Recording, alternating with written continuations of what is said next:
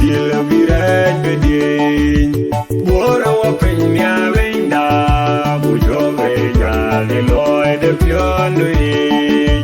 Taking the beach, you find the pain of it. Could it share the color the sea, a tall bandit, could eat it in the Yalinda, Yannick or Choppy, a good head, why in Royale.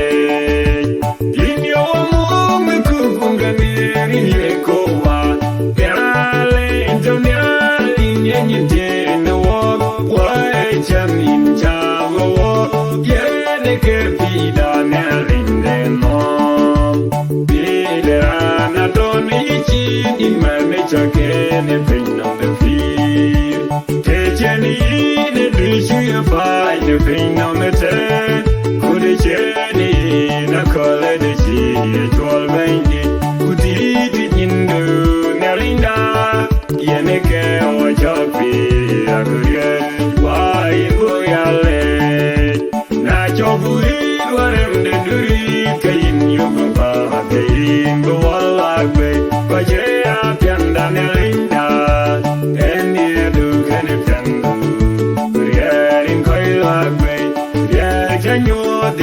Is it on train?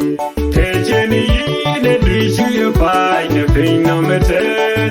Could a journey in a color the sea, a 12 bandit, could eat it in the Narinda, Yannick or Choppy, a good year, why in Royale. Mom, done a pain on Gunyal, like it do Narinda. Oh, the mere Narinda,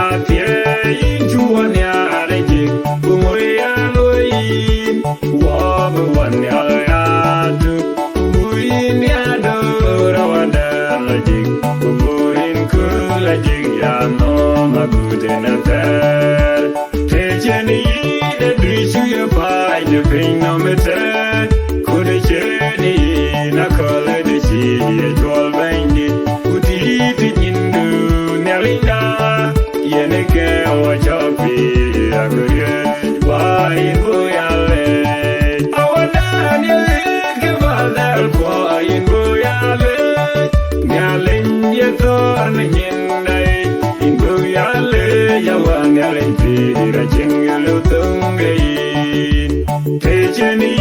The beach you find the pain on the tail. Could a journey in a color the sea, a 12 bandit, could eat it